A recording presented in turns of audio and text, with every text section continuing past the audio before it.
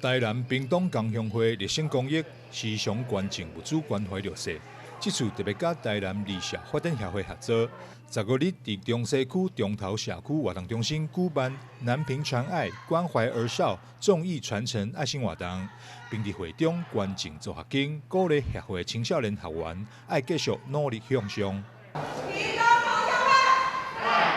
阮即届配合儿童少年福利来做这个肉粽节的公益活动阮是来配合刘运吕议员一起来把这个代志做圆满来照顾这个青少年一寡福利甲一寡有啥物需要，随阮斗相共的这个把这个代志做圆满安尼。成立18档的台南市理社发展协会，伫创会理事长以及20理事长的共同努力之下，已经成功带领数百位青少年行回正途，伟大付出，使人钦佩。通常我们才在想，青少年自己不变好、不做好是活该，我们不应关心他。其实他们内心世界也很渴望、希望人家关心。然后我们协会就是从事辅导他们就学跟就业往正路去走。我们协会成立18年来，已经帮忙了好几百个青少年，曾经不想读书的国中、中辍，现在很多都已经大学毕业了。我们每一年都在做的就是青少年探索班，就是辅导他就业跟就学。那我们最主要是就业，让他有一技之长。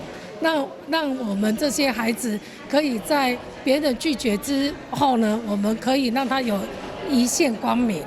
台南市理社发展协会以无放弃任何一个中辍生的理念，为参加学员规划各种职能课程，并邀请业师来授课。参像这位妹妹，原本伫学校无爱读册，也唔知影未来要做啥物，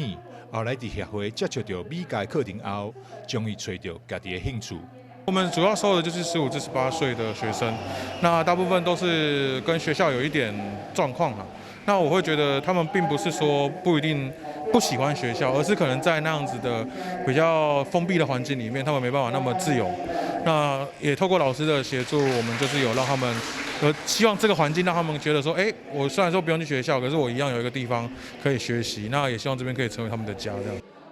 业师李仁杰伫18当前就是理社协会第一届学员，当时也是因为受到协会鼓励而行回正途。现在不但取得大学文凭，同时也考到餐饮证照，互伊正感念理社协会陪伴。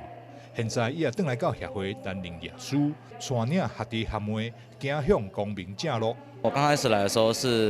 就是一个中辍生，我只是不爱读书，可是不代表着